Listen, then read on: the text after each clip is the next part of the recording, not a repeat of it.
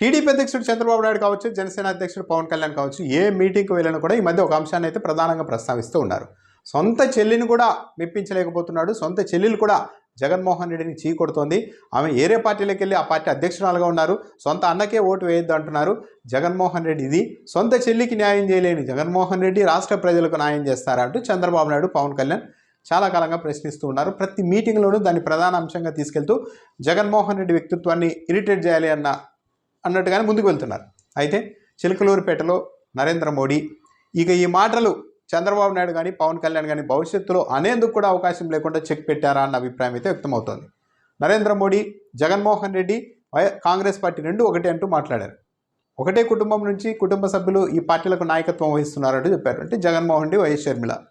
So వీళ్ళిద్దరూ అందరూ కలిసే పనిచేస్తున్నారని నరేంద్ర మోడీ చెప్పేశారు.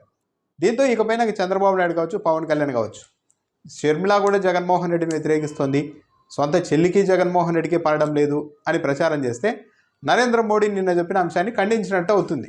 నరేంద్ర మోడీ వీళ్ళంతా ఒకటే అన్నారు. ఇకపైన ఆ కూటమిలో ఉన్నారు కాబట్టి, బీజేపీ పెద్దన్న పాత్ర పోషిస్తోంది కాబట్టి, ఆ కూటమిలో ప్రధాన నాయకుడు నరేంద్ర మోడీనే కాబట్టి, ఇక నరేంద్ర మోడీ చెప్పిన లైన్లోనే చంద్రబాబు నాయుడు రేపు పొద్దున్నటి పవన్ కళ్యాణ్ నడవాల్సి ఉంటుంది.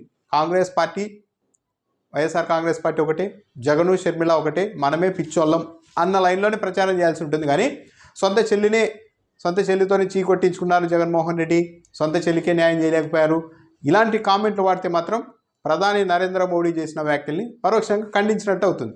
సో ఇదైనా ఒక రకంగా ఇది తెలుగుదేశం పార్టీ, జనసేనకు ఇబ్బందికరమైన పరిస్థితే.